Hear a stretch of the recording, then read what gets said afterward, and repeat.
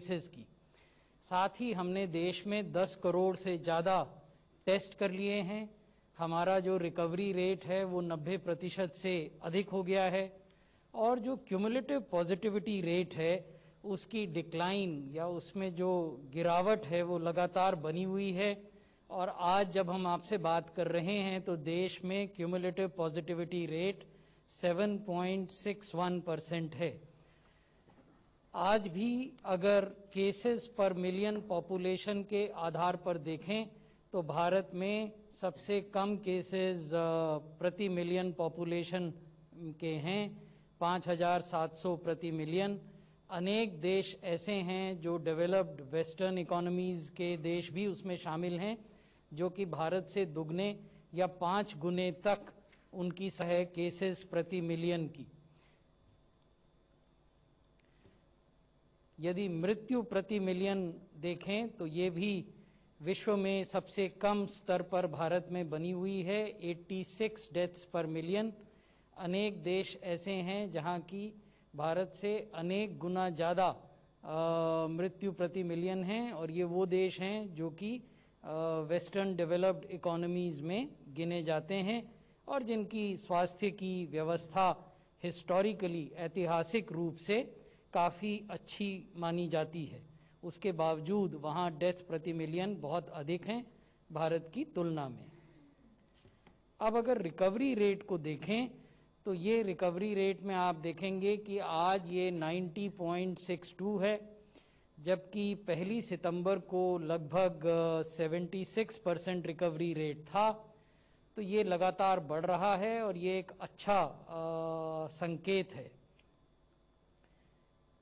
ये हमने दिखाया है कि कैसे हम 70 लाख से अधिक रिकवर्ड केसेस तक पहुंचे। पहले 10 लाख रिकवरी में 1 लाख से 10 लाख होने में हमें 3 जून से 30 जुलाई का वक्त लगा, यानी 57 दिन लगे। It took us 57 days to register a recovery of 10 lakhs from 1 lakh. However, if we look at the latest 10 lakhs, अगर हम सबसे रीसेंट रिकवरी को देखें तो ये 11 अक्टूबर से 24 अक्टूबर के बीच में हो गई, यानी 13 दिन में ये 10 लाख रिकवरी हुई। So compared to the first 10 lakh recoveries which took us 57 days, the latest 10 lakh recoveries have taken us only 13 days. So this is also a satisfactory sign. If we look at decline in case fatality rate, अगर हम मृत्यु दर को देखें तो इसमें भी लगातार गिरावट हो रही है। ये 1.77% था 1 सितंबर को और अब ये घटकर 1.50% हो गया है। जैसा हम समय समय पर आपको बताते हैं, अनेक राज्य ऐसे हैं देश के और संघ शासित क्षेत्र ऐसे हैं जहां मृत्यु दर 1.50 से भी कम है। यदि हम देखें कि पिछले 5 सप्ताहों में औसतन प्रतिदिन होने वाली मृत्यु की संख्या में क्या ट्रेंड दिखाई दे रहा है, तो आप ये देखेंगे कि 23 सितंबर से लेकर 6 अक्टूबर तक 1000 से ज़्यादा मृत्यु प्रतिदिन रिकॉर्ड की जाती थी कोविड से, और अब ये संख्या लगातार घट रही है। और जो पिछला सप्ताह है, जो 21 अक्टूबर से 27 अक्टूबर का सप्ताह है, उसमें औसतन 615 मृत्यु प्रतिदिन दर्ज की गई। So this is a important trend. If we look at the first 2 weeks from 23rd September onwards, the average daily new deaths were always more than 1,000. However, this has come significantly down. It has declined. And if we look at the last week, which is 21st October to 27th October, the average daily deaths are only 615.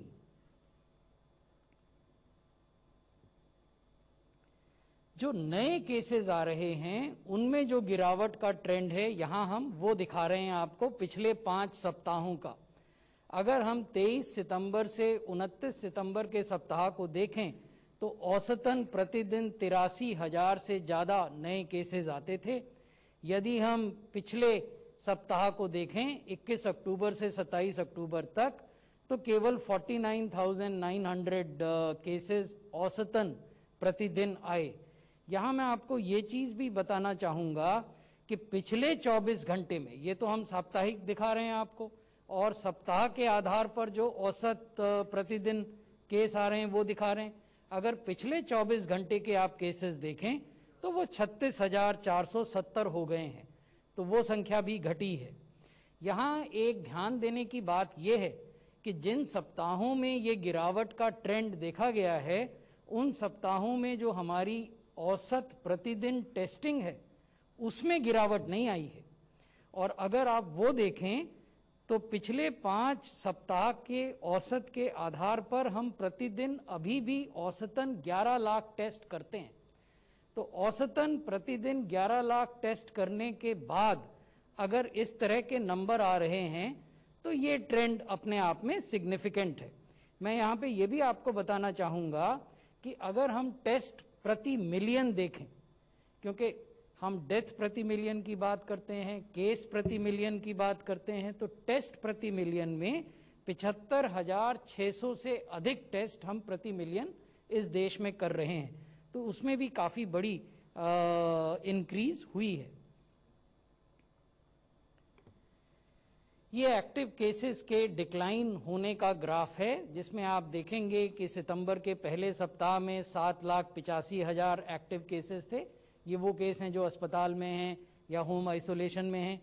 फिर ये बढ़ते गए और 18 सितंबर के लगभग, in fact 17, 18 और 19 3 दिन ये 10 लाख से ज़्यादा एक्टिव केसेस लगातार रहे।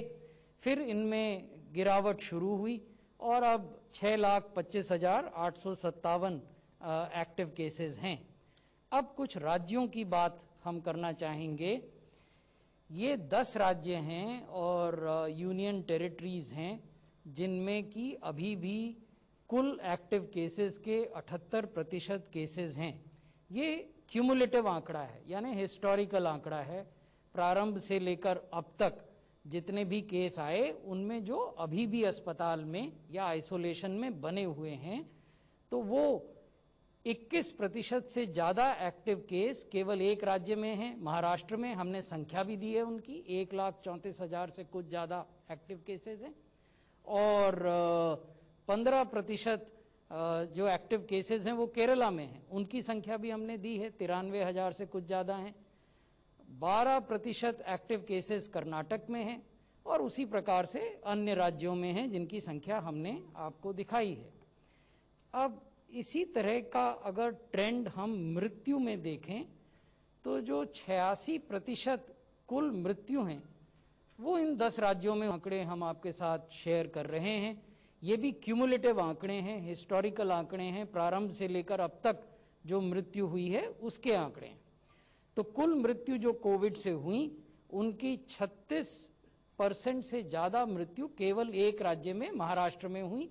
उसकी संख्या हमने आपके साथ साझा की है, 43,000 से कुछ ज्यादा संख्या है। तमिलनाडु में 9% से अधिक मृत्यु हुई, कर्नाटक में भी 9% से अधिक मृत्यु हुई और उनके आंकड़े भी हमने आपको ये प्रदर्शित किए हैं। लेकिन ये तो हिस्टोरिकल फिगर है। हमें ये भी देखना है कि पिछले 24 घंटे में देश में क्या हो रहा है, क्योंकि उससे भी पता चलता है कि कहाँ इन्फेक्शन कैसे बिहेव कर रहा है। हो सकता है कि कुछ राज्यों में हिस्टोरिकल बर्डन ज्यादा रहा हो, लेकिन पिछले कुछ दिनों में तस्वीर बदली हो, तो वो भी हम आपसे साझा करना चाहते हैं। ये वो 5 राज्य हैं जहां पिछले 24 घंटे में देश में कुल हुई मृत्यु के 58% मृत्यु हुए। महाराष्ट्र में 84, वेस्ट बंगाल दूसरे नंबर पर 59, दिल्ली तीसरे नंबर पर 54, छत्तीसगढ़ चौथे नंबर पर 43 और कर्नाटक 5वें नंबर पर 42। तो ये चिंता की बात है और इन राज्यों से हम लगातार संपर्क में हैं। हमने इनमें से अनेक राज्यों में अपने केंद्रीय दल भेजे भी हैं, कुछ वापस आ रहे हैं अपना काम पूरा कर कर और कुछ अभी भी राज्यों में हैं। तो जब ये वापस आ जाते हैं तो इनसे जो रिपोर्ट्स प्राप्त होंगी उसके आधार पर पुनः हम राज्यों के साथ अपना संपर्क स्थापित करेंगे और उनको बताएंगे कि अब स्ट्रैटेजी में क्या परिवर्तन करने की आवश्यकता है, यदि परिवर्तन की आवश्यकता है वैसी स्थिति में। तो ये एक महत्वपूर्ण बात थी, तथ्य था जो हम आपसे शेयर करना चाहते थे। पिछले 24 घंटे में जो नए केस आए, तो कहाँ सबसे ज़्यादा आए? 49.4% नए केसेस 5 राज्य और यूटीज में आए पिछले 24 घंटे में। केरल में सबसे ज़्यादा आए 4,287। दूसरे नंबर पर पश्चिम बंगाल में आए 4,121। तीसरे नंबर पर महाराष्ट्र में 3,645। नंबर पर कर्नाटक में 3,130 और पांचवें नंबर पर दिल्ली में 2,832।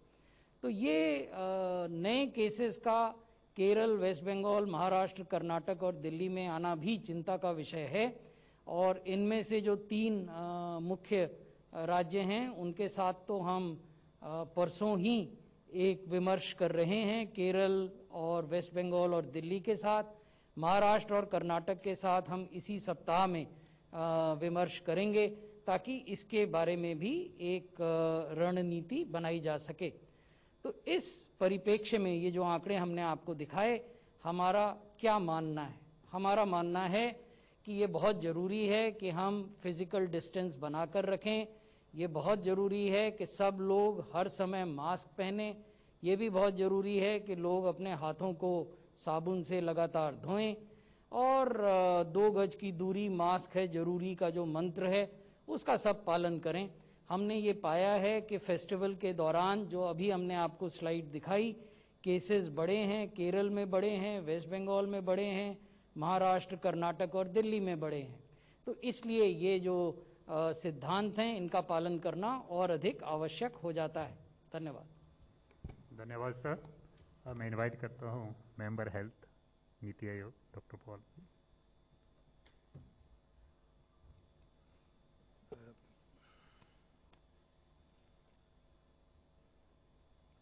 धन्यवाद।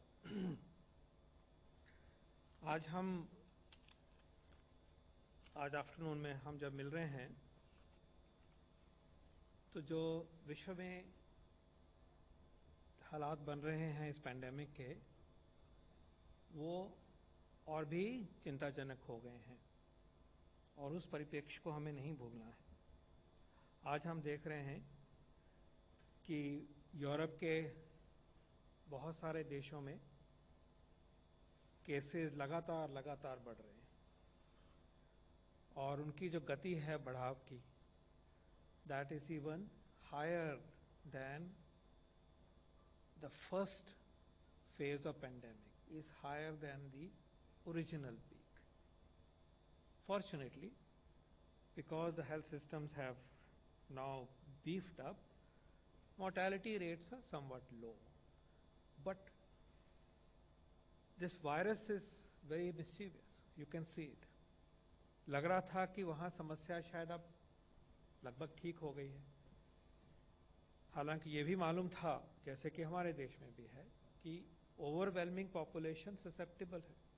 वही एक पॉइंटर था कि मुसीबत दोबारा भी आ सकती है और ये हमें भी अप्लाई करता है।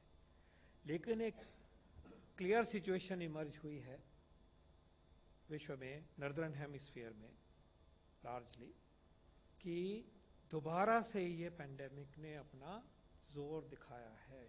एक देश में नहीं, बहुत सारे देशों में। अमेरिका में तो तीसरी पीक आ गई है। इसमें कई फैक्टर हो सकते हैं, कुछ समझ पा रहे हैं, कुछ नहीं समझ पा रहे, कुछ का अंदाजा ही है कहा जाए तो, कि ये जो सर्दी का मौसम है नॉर्दर्न हेमिस्फीयर में, शायद उसका रोल है ऐसा जनरल रेस्पिरेटरी वायरसेस के लिए, and that seems to be playing a role.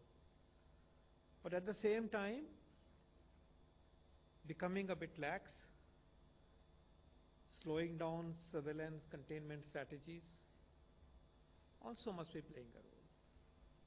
Conversely, we have to be always vigilant. Even countries of much greater economic capability, per capita income, good health system, good thinking, good science base, can succumb to a huge second peak is a lesson for all of us. We are very fortunate कि हमारा जो trend है, हमारी जो journey है, वो दूसरे direction में है। ये एक फॉर्चुनेट बात है और ये भी दर्शाता है कि अगर हम ठीक स्टेप लेते हैं, मेहनत करते हैं, तो जो यहाँ की परिस्थितियाँ हैं उसके मुताबिक हम इस बीमारी को, इस पैंडेमिक को कंट्रोल करने में सफल होते हैं। ये भी दर्शाता है कि वो ट्रेंड इधर जा रहे हैं और हमारा ट्रेंड क्लियरली नीचे आ रहा है। आज इतने कंसिस्टेंट आपको डेटा प्रेजेंट किया गया, सेक्रेटरी सर ने दिखाया कि हमारे जो रिकवर्ड केसेस हैं इतने ज़्यादा हो गए हैं, 90% तक पहुंच गए हैं। हमारे एक्टिव केसेस की संख्या फिनोमिनली लो हो गई। तो ये दर्शाता है कि ठीक मेहनत होती है, सबके साथ मिलके सब भागीदारी लेते हैं, सरकार भी और सिटीजन्स भी, तो रिजल्ट आते हैं। तो ये एक फॉर्चुनेट बात है कि हमारा ट्रेंड ठीक की तरफ है। 2-3 स्टेट्स में दूसरा ट्रेंड चला हुआ है, वो एक फिक्र की बात है। केरल में, वेस्ट बंगाल में, दिल्ली में तीसरी पीक आई है, बट उस तरफ जा रही है। These are matters of concern. इसका मतलब आज ये भी है कि सक्सेस होती है, लेकिन हमें सक्सेस को गवा नहीं देना है और सक्सेस को रहते हुए ही टेकन फॉर ग्रांटेड करें, ऐसा संभव नहीं है। ये हमने यूरोपियन और अमेरिकन सिचुएशन को देख के भी अपने आप से हम सीख लेते हैं इस आज। तो आज हमारे पास जो कंट्रोल है उसको हमें संजोना है, बचा के रखना है और उसको पक्का करना है। यही एक मैसेज दोबारा हम आप सबके सामने प्रस्तुत करते हैं। जो मृत्यु की दर कम हुई है, 500 के नीचे पर डे की डेथ आ गई है, इट्स रिमार्केबल। लगता था कि बहुत मुश्किल होगा, लगता था कब आए, लेकिन अब ये संभव हो गया है। नए केसेस 40,000 के नीचे हैं, 36,000 37,000 तक पहुंच गए हैं। कहाँ हम 95,000 96,000 पर डे की सिचुएशन में थे अभी कुछ ही हफ्ते पहले, और ये कंसिस्टेंट डिक्लाइन है। और ये भी दर्शाया गया है और बड़े को भी आगे बढ़ा के दिखाता है कि टेस्टिंग रेट है हमारा अच्छा रहा है और पॉजिटिविटी रेट कम हुआ है। कॉन्फिडेंस देता है कि ओवरऑल पैंडेमिक जो है वो हमारे काबू में है और नीचे आ रही है। ये खुशी की बात है। हमें याद रहना चाहिए कि ये एक मौका है हम सबके लिए, ढिलाई का नहीं और मेहनत का। उसकी वजह यह है कि जब अब नंबर कम हो रहे हैं, संक्रमण कम हो रहा है, तो अगर वो काम जो हम बचाव के करते हैं, इलाज के नहीं, उनके ऊपर हम और मेहनत करेंगे तो संक्रमण और वायरस का प्रभाव और भी छोटा होगा, इतने की बजाय नैरो होगा। और वो 2 स्टेप्स हैं। एक स्टेप है कि हमने जो हमारा ट्रैक, टेस्ट, ट्रेस और ट्रीटमेंट का जो अप्रोच है उसके ऊपर हमें जोर लगाना होगा, सर्वेलेंस पे जोर लगाना होगा। और उसका प्रिंसिपल बिल्कुल सिंपल है कि जब एक कोई टेस्ट पॉजिटिव हुआ तो वो व्यक्ति आइसोलेशन में होगा और उस पीरियड के लिए आइसोलेशन में होगा, जो कि हमारे एसओपीज कहते हैं। हम अलाउ करते हैं कि आइसोलेशन घर में हो, प्रिकॉशंस के साथ, कंडीशंस को मीट करते हुए। लेकिन हम ये भी इनकरेज करते हैं कि इस आइसोलेशन को पक्का रखना और रिस्क मिनिमम हो इस व्यक्ति का सीरियस डिजीज होने के ऊपर एक्शन के लिए। तो जो कोविड केयर सेंटर्स हैं उसमें हम आइसोलेशन को कार्यान्वित कर सकते हैं। तो जो पॉजिटिव है वो आइसोलेटेड है। क्यों? 2 वजह से कि एक तो वो दूसरे को संक्रमण नहीं फैलाए, नंबर 2 वो ऐसी व्यवस्था में आए जो कि उसके ऊपर नजर रख रही है कि उसमें खराबी हो तो हमें आगे एक्शन क्या लेना है। God forbid. बहुत सारे केसेस माइल्ड रहते हैं, अच्छी बात है, लेकिन जब खराबी आती है तेजी से हालात बिगड़ सकते हैं। तो जो क्या प्रिंसिपल हुआ, पॉजिटिव केस को आइसोलेट करना है। ये सर्वेलेंस कंट्रोल की, हमारी लोकल बॉडीज की, हमारी सरकार की, हमारे डिपार्टमेंट्स की भी तो है ही जिम्मेवारी। लेकिन हम सबको भी ये पता होना चाहिए कि पॉजिटिव केस को भली भांति डिग्निटी से पूरा ख्याल करके पूरी सपोर्ट करके हमें आइसोलेट करना है इन 2 वजह के लिए। लेकिन दूसरा स्टेप इक्वली इंपॉर्टेंट है कि जिन कॉन्टैक्ट्स को वो व्यक्ति का साक्षात्कार हुआ पिछले 5 दिनों में, उन व्यक्तियों को हमें क्वारंटाइन करना है, उनको भी अलग करना है। कांटेक्ट का मतलब ये नहीं कि मैं पॉजिटिव हूं, कांटेक्ट का मतलब है कि मैं उनके कांटेक्ट में आया, मुझे 15 मिनट से ज्यादा साक्षात्कार हुआ दिन में कुल मिला के, और मेरे को रिस्क हो सकता है। तो इस व्यक्ति को कॉन्टैक्ट्स को क्वारंटाइन नहीं करेंगे तो कॉन्टैक्ट्स जो हैं वो अगर इन्फेक्ट हो चुके हैं तो समाज में है संक्रमण बढ़ाएंगे। तो दूसरा एलिमेंट ये है कि contacts have to be quarantined and a good programme suggest is the one where at least for one positive case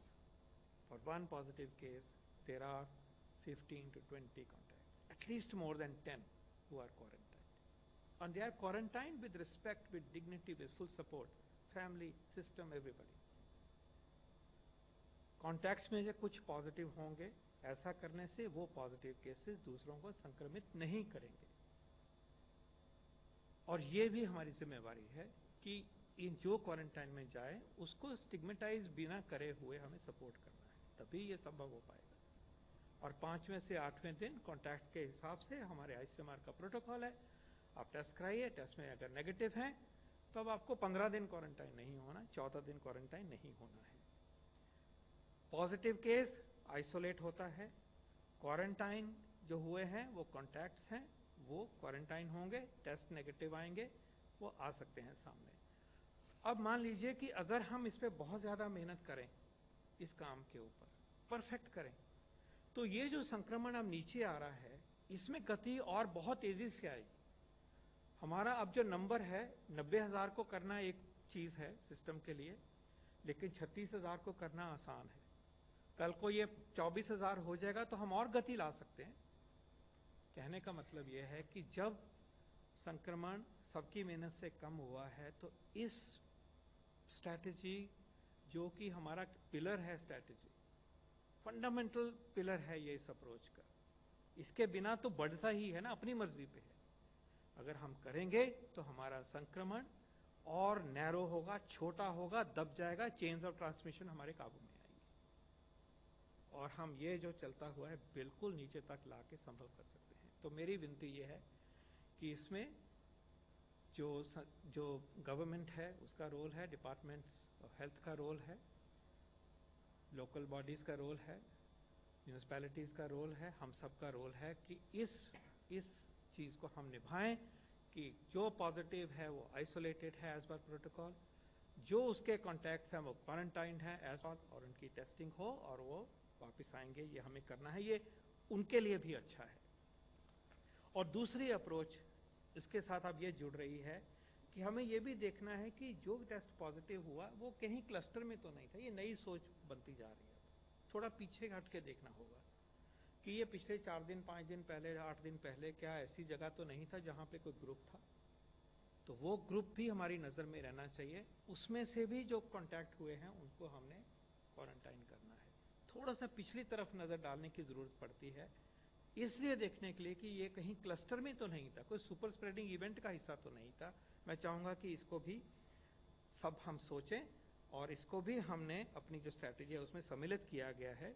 तो looking for a super spreading event in the case of an individual positive case is an important area of our work, and we are learning that super spreading events happen when we are together, not only in very large numbers but also in medium numbers where infection can spread from 1 to 7 people. Of course there are super spreading events where it spreads to 50s and more. So we have to be mindful that such super spreading events are avoided, and secondly when we are looking at our strategy to control, then we take note of this. और इसके बाद ये prevention की बात हो रही है आज, तो एक प्रिवेंशन का कि एक से दूसरे को ना जाए, लेकिन प्राइमरी प्रिवेंशन की वही बातें हैं जिनका जिक्र अभी राजेश भूषण जी ने करा कि हमें उस जद्दोजहद में जुड़ना है, उस जन आंदोलन में जुड़ना है कि हम अपने कोविड अप्रोप्रिएट बिहेवियर के बारे में कोई भी ढिलाई नहीं अपनाएंगे। इस मंच से इसकी चर्चा पहले भी हुई है, बार बार हुई है। 8 अक्टूबर से खास एफर्ट किया गया, उसके पश्चात माननीय प्रधानमंत्री जी ने संबोधन किया सब देशवासियों के साथ, और फिर मन की बात में फिर दोबारा उन्होंने हमें याद दिलाई कि ये जो 3 हमारे प्रिंसिपल्स हैं कि हमें मास्क पहनना है, हमें 2 गज की दूरी बना के रखनी है, और हमें अपने हाथों को धोना है, स्वच्छ रखना है, सैनिटाइज करके रखना है। इन 3 प्रिंसिपल्स को हम अपनाएं तो हम प्रिवेंशन कर रहे हैं। जब बचाव प्रिवेंशन नहीं हो पाता तो इलाज की बातें होती हैं, और डॉक्टर भार्गव कुछ बताएंगे हमें कि नई चीज़ों की तरफ हम कैसे बढ़ रहे हैं। तो जब प्रिवेंशन की बात हो रही है तो ये 2 प्रिवेंशन की अप्रोचेस हमारे हाथ में है, कोविड अप्रोप्रिएट बिहेवियर जन आंदोलन की तरह। दूसरा है कि शुरुआत हुई है तो उसको दबाओ ताकि आगे ना बढ़े, फर्दर प्रिवेंशन, सेकेंडरी प्रिवेंशन हो उस चीज़ की, उसकी बात मैंने करी है। उसके भी ढिलाई नहीं हो सकती, और कोविड अप्रोप्रिएट बिहेवियर को भी अपनाने में कोई ढिलाई हम नहीं करेंगे। उत्सवों के दौरान हमने देखा है कि जनता ने प्रधानमंत्री जी की रिक्वेस्ट को सुना और काफ़ी हद तक संयम दिखाया। ये बहुत बड़ी बात है और देश ने करके दिखाया। ये हमें उसको कंग्रेचुलेट करना है, उसकी सराहना करनी है, लेकिन ये भी याद रहे कि अभी ऐसे उत्सव और भी आने वाले हैं। अभी काफ़ी चैलेंजेस आगे भी आएंगे, और अगर हम इसमें फॉल्टर हुए हैं, और जितने भी हुए हैं, इसका नतीजा अभी 10-12 दिन, 8 दिन के बाद, 10 दिन के बाद पता चलेगा, क्योंकि संक्रमण को प्रकट होते होते 7-8 दिन, 10 दिन का एक वक्फा होता है। लेकिन let's hope that we have shown restraint, we have been responsible in a very big way, thanks to media as well, thanks to each one of the citizens. और लेकिन उनको अपनाने में और भी तेजी और भी इंटेंसिटी हमें लानी होगी। In sum, I am submitting to you that we are fortunate that today we are showing a decline of the pandemic, except in 2 or 3 states. This decline is particularly noteworthy because in other countries of northern hemisphere there is a severe increase in the intensity of pandemic. We have to protect these gains both through surveillance, containment, tracing, isolation, quarantine strategy, as well as individual behaviors which reduce the spread of infection from one to the other, both ways, from me to you and from you to me. And this we must be committed to as an individual, as families, as communities, as a nation. Dhanyavad. Dhanyavad, sir. We have an online question. There are reports that cases in children surged in Mizoram. Specifically, the state has decided to close the schools again. Is center going to issue any supplementary advisory? Can ICMR say what is the rate of infection in children in India and Kawasaki-like disease in them? I think children were thought to be protected. However, we have some evidence that children can also be spreaders or rather super spreaders. We have this question regarding Mizoram. Mizoram has what percentage of cases we have in Mizoram? 315 active cases in Mizoram. And here the question was regarding Kawasaki disease. Now, Kawasaki disease is a disease which is autoimmune, affects children who are less than 5 years of age and presents with fever, presents with thrombocytosis, and also presents with the arteries of the heart which become dilated and bead-like or aneurysmal. So this is a rare condition, affects males more than females, and is more common in the US, less common in India. And this has been described with COVID in different parts of the world. We have had, I don't think, any experience of Kawasaki with COVID in India at the moment. It's a very rare condition. Having said that, we have to remember that once this affects very small children. And the arteries of the heart get dilated and clots can form in that and can lead to heart attacks and can also be harmful for the child. So we have to watch it more carefully, particularly in Mizoram, where more children were the schools have been closed because they found that some children were affected, although the active cases are just 315. And overall, the figure in India is that below the age of 17 years, only 8% are positive, and below 5 would be much less, and we can come back with that. Figures would be probably less than 1% or so. We can come back with that. So there is another online question. How is the Health Ministry addressing the training and reorientation needs of the healthcare workers for COVID and other healthcare services? You see, the training needs and orientation needs of healthcare workers, including doctors and nurses, could not be addressed by adopting conventional means during the COVID period. So therefore, the Government of India came up with a electronic learning platform which was meant for ministries and departments of these 55 digital training courses on iGOT. We would, since it's an interesting subject, maybe next time we interact with you, we will make a small presentation on how iGOT platform was utilized by the Health Ministry and other ministries in tackling COVID. 24. So Jacob Koshi from the Hindu. It's a question for Dr. Paul. There have been claims from, some certain states. There have been claims in certain states that a vaccine might be offered for free.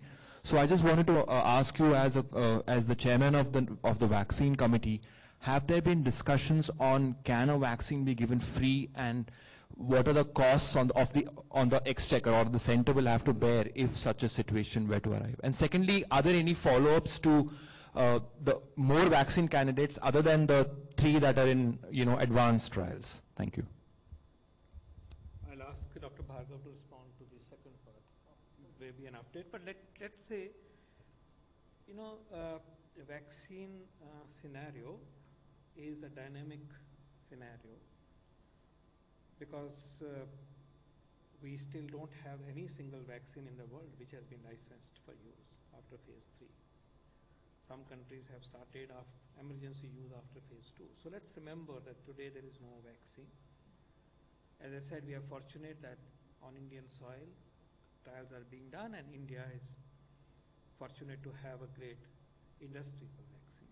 Having said that, we are working in the committee that you referred to look at our approach toward vaccine scale-up and vaccine implementation as and when the effective, safe vaccines become available. And in that regard, the access to vaccine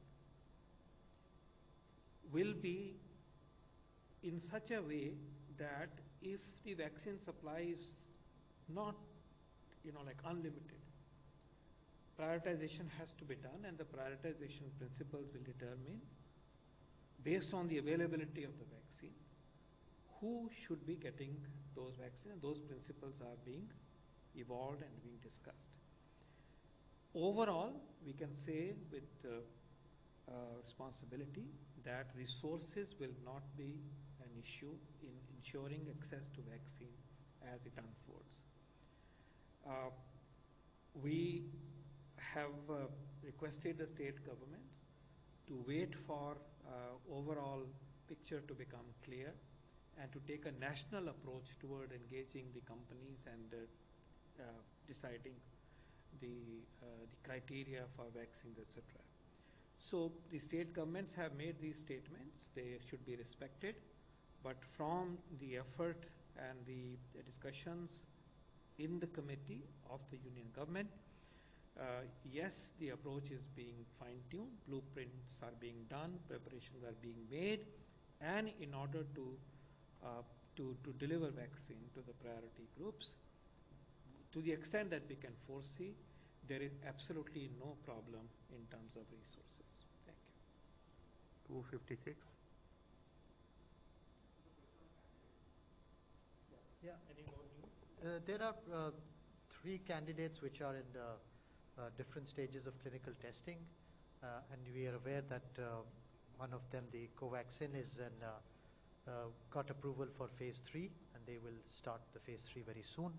They have completed their phase 1, they have completed their phase 2, they are collecting the samples of the phase 2 patients, and that should complete in this week. The Cadila is also progressing with their phase 2, and they will be applying for their phase 3 as soon as they are ready for that. The Serum is in the process of completing its phase 2B and 3 trial, but they are also having the phase 3 trials being done in Brazil, South Africa, and the United States. They have the UK said that the phase 3 results can be pooled from these 3, and then they will come back with that results of that. So that should happen. We are looking forward to that. In terms of other candidates on the Indian soil, there are 4 or 5 more candidates which are in the preclinical and evaluation, and they will be rolled out into phase 1, phase 2 as and when they are ready. मेरा सवाल doctor Paul से है। Sir इधर मैं जानना चाहता हूं कि जो वैक्सीन को लेकर कोल्ड चेन बनाने की बात है, मेंटेन करने की बात है, उसमें क्या तैयारी चल रही है और क्या एकदम प्राइमरी लेवल तक उसको कैसे पहुंचाया जाए सही तरीके से, उसकी व्यवस्था हो गई है? कोल्ड चेन के बारे में जो नेशनल एक्सपर्ट ग्रुप है उसके भीतर एक सब ग्रुप बनाया गया है जो कोल्ड चेन की आवश्यकताओं को देख रहा है। वर्तमान में भी जो हम यूनिवर्सल इम्यूनाइजेशन करते हैं उसमें 28,000 से ज़्यादा लोकेशंस पर हम कोल्ड चेन की सुविधा का इस्तेमाल करते हैं, और ये 28,000 से जो ज़्यादा जगह हैं जहां कोल्ड चेन की सुविधा का इस्तेमाल अभी केंद्रीय सरकार कर रही है, ये सब सरकारी सुविधाएं हैं। इनको इन्हांसमेंट कैसे किया जाए, इनका स्ट्रेंथनिंग और कैपेसिटी ऑगमेंटेशन कैसे किया जाए, इस पे भी काम चल रहा है। 29 सर मैं ब्रह्म प्रकाश हूँ जी न्यूज़ से। मेरा सवाल है दिल्ली को लेकर। आपने बताया जिन 5 राज्यों में मामले 24 घंटे में बढ़े हैं, दिल्ली में भी बढ़ रहे हैं, तो दिल्ली में क्या वजह है? क्या टेस्टिंग दिल्ली में कम हो रही है या फिर कोई और वजह है? लोग पालन नहीं कर रहे हैं कोरोना प्रोटोकॉल का, क्या वजह मानते हो? दूसरा, ऐसे कितने राज्य हैं जो कोरोना मुक्त हो चुके हैं? देखिए, सबसे पहले तो मैं आपका जो अंतिम प्रश्न है उसी से शुरुआत करता हूं। कोई अनावश्यक जोश या होड़ नहीं होनी चाहिए अपने को कोरोना मुक्त घोषित करने के लिए। जिन देशों ने ये किया उन्होंने उसके दुष्परिणाम देखे, तो इसलिए हमारा सुझाव केंद्रीय स्वास्थ्य मंत्रालय के रूप में सभी राज्यों को और सभी संघ शासित क्षेत्रों को ये है कि जो टेस्ट, ट्रैक, ट्रेस और ट्रीटमेंट की स्ट्रैटेजी है उसका पूरी सचेष्टता से पालन करें, और जो सावधानी है उसको उसमें कोई ढिलाई न बरतें। तो ये तो एक हिस्सा हुआ। दूसरा हिस्सा जो दिल्ली की बात है उसमें मैं कुछ तथ्य आपको बता देता हूं, कुछ और चीज़ें डॉक्टर पॉल बताना चाहेंगे, क्योंकि जून के महीने में जब दिल्ली में हालात चिंताजनक हुए थे तो केंद्रीय गृह मंत्रालय के नेतृत्व में जिस टीम ने दिल्ली के लिए स्ट्रैटेजी तैयार की थी उस टीम का नेतृत्व भी डॉक्टर पॉल ने किया था।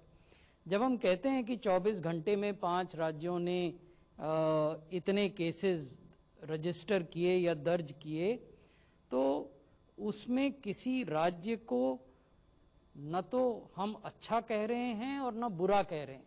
हम केवल ये कह रहे हैं कि जो क्यूमुलेटिव फैक्ट्स हैं या जो ऐतिहासिक तथ्य हैं, जरूरी नहीं है कि वो तथ्य पिछले 24 घंटे में या 48 घंटे में या 72 घंटे में न बदले हों। तो जहां एक और हमें ऐतिहासिक तथ्यों को ध्यान में रखने की जरूरत है, वहीं हमें निकट इतिहास में क्या हुआ उसको भी देखने की जरूरत है। You see, at the end of the day we should not only look at cumulative figures and cumulative positivity rates and cumulative death, we should also be looking at how these numbers are changing over last 24 hours, 48 hours and 72 hours, because that gives us an indication of any fine tuning that is required in the strategy to tackle the pandemic. तो ये परिप्रेक्ष्य है. This is the context in which we look at these numbers. The idea is not to praise or to run down a state government or a union territory government. Having said that, let me also tell you that in case of Delhi, for 3 successive days, the new case numbers were 4,000 plus, as all of you know. Then the numbers have come down. It's not as if they have climbed up, continuously.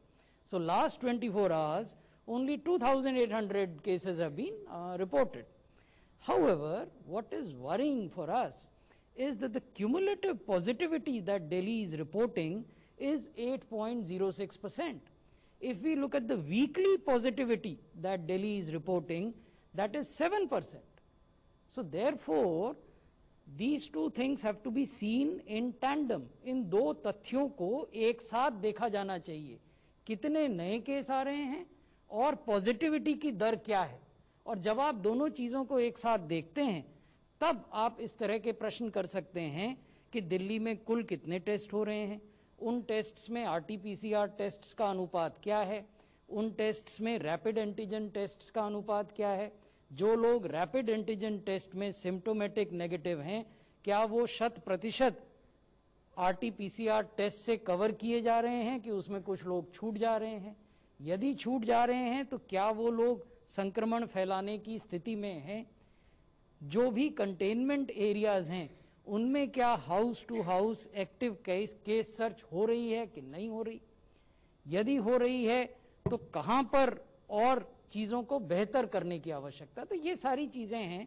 When we engage in a dialogue with a state government or a union territory administration, these are the facts that we develop, that we discuss, and it's an open discussion where we learn from the state government's experience and state government learns from the scientific input or technical input that is given by specialists like Dr. Paul, Dr. Bhargav and Dr. Guleria, who's not here.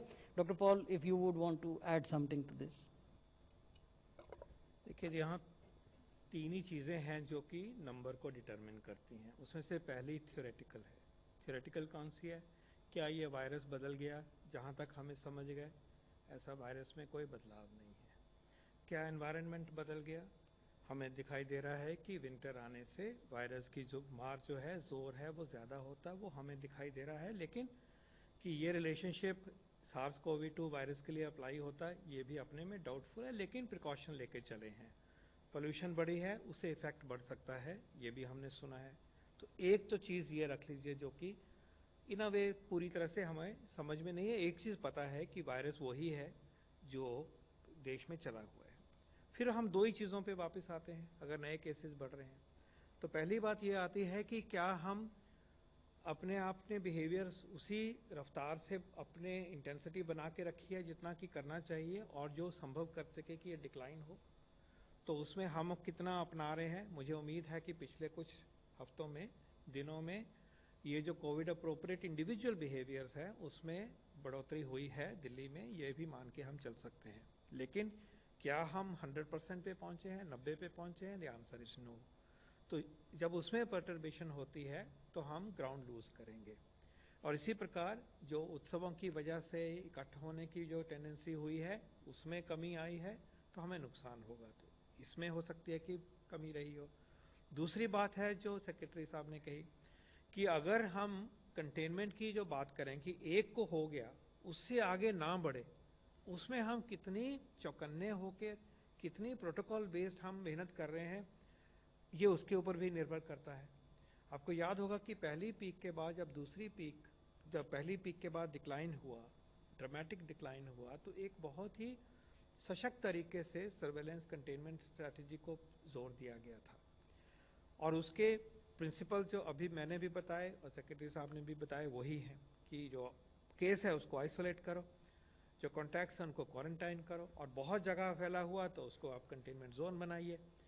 ये भी पक्की बात है कि पिछले दिनों में जो कंटेनमेंट जोन्स बनी उसमें कंटेनमेंट के एफर्ट दिखाई दे रहे थे क्योंकि ज़्यादा केसेस 50% के करीब वहाँ से आने शुरू हो गए थे. ये भी मालूम है कि टेस्टिंग अच्छी चली हुई थी, बढ़ भी रही थी, लेकिन उसमें थोड़ी सी अब उसमें कमी आई है. So we are dealing with things which are somewhat good, somewhat at times some laxity is there, and this applies to every state. Wherever things happen in the other direction, that is the reason. So इन्हीं में से ही हमें अपने reasons को खोजना होगा कि अपने behavior हमारे कैसे चले हुए हैं, इकट्ठ में कैसे चले हुए हैं, उत्सवों में हम कैसे कर रहे हैं, क्या वो कंट्रोल में है कि नहीं, और दूसरा कि हम इसके चेन्स ऑफ ट्रांसमिशन को दबाने में कितने सफल हो रहे हैं. जितना ज्यादा दबाएंगे उतना ही डिक्लाइन आएगा. तो ये इसी बैलेंस में यही इक्वेशन है जिसका कि रिजल्ट हम जहां भी हो रहा है, जो भी हो रहा है, उसको देखते हैं. और दिल्ली में है, उम्मीद है जो अब कम होने शुरू हुए हैं, ये पैटर्न जो सस्टेन रहेगा. एक पॉइंट ऐसा भी आया था कि वेल बिलो 1000 आने शुरू हो गए थे और उस टाइम पे सारी सिचुएशन कंट्रोल में. ये सब हमारे ही हाथ में है. वायरस के संक्रमण को रोकना is an hour hand. Virus की अपनी मर्जी से तो वो सबको इन्फेक्ट करेगा. हम जितने एफर्ट करेंगे इंडिविजुअल लेवल पे और सिस्टम लेवल पे, उतना ही ये रुकेगा. और हमें उम्मीद है कि हम उसी तरफ दिल्ली में भी बढ़ रहे हैं. Thank you. 15. सर, नितिन नु डीडी न्यूज से. पॉल्यूशन भी बहुत ज़्यादा है दिल्ली एनसीआर में और कोविड का भी असर है, तो दोनों में कितना चिंता का विषय है लोगों के लिए. लोगों को क्या करना चाहिए और कोरोना महामारी कब बीमारी में तब्दील होगा? See, it is well known that pollution is one of the 4 or 5 most important aspects for death in society. First being malnutrition, tobacco, high blood pressure, and then pollution. This is well known that pollution is related to mortality.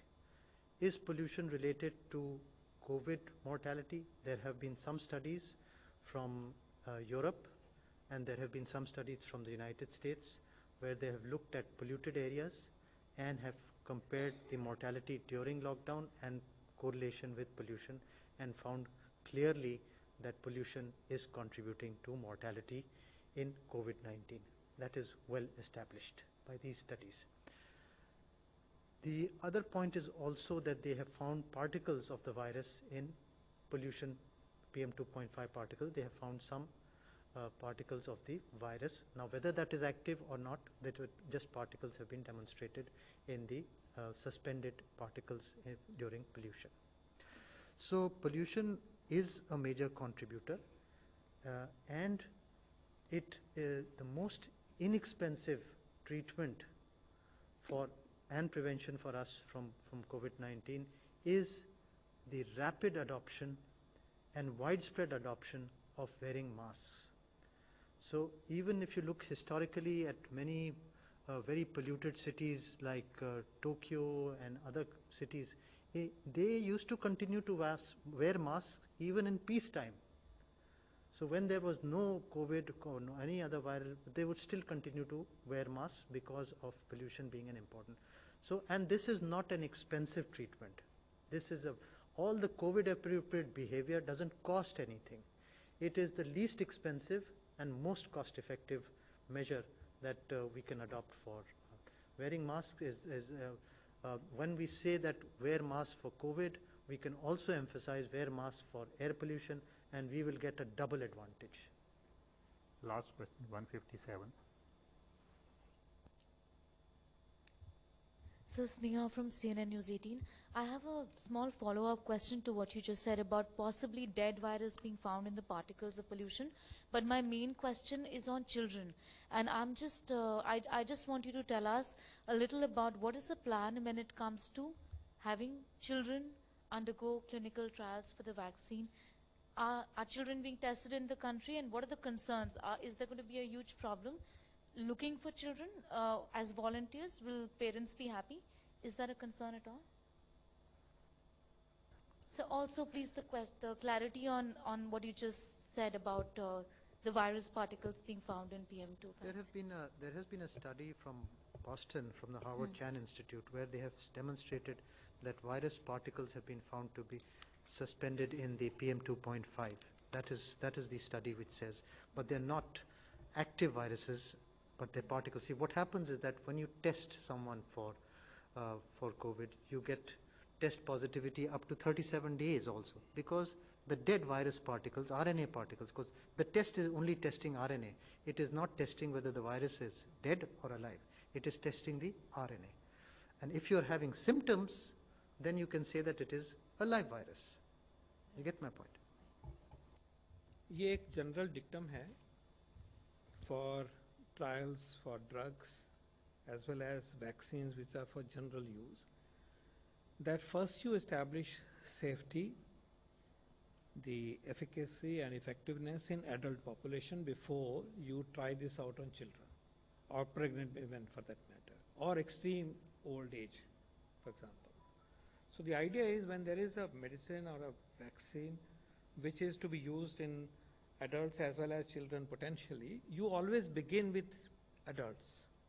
The extremes of ages, in old age, extreme age, as well as young children, pregnant women, you do it later when you're very sure that it will be least, unsafe, least unsafe.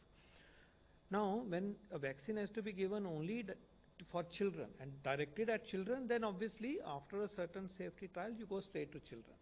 And that would have happened in the cases of the vaccine that we currently use in children. But when for a vaccine which is to be used in adults, then our first priority is establish the safety and effectiveness in the adult and then take up children as a part. This happens also for the drugs. That a cancer drug, you will first do it in adults and then come to children. So this is a general principle.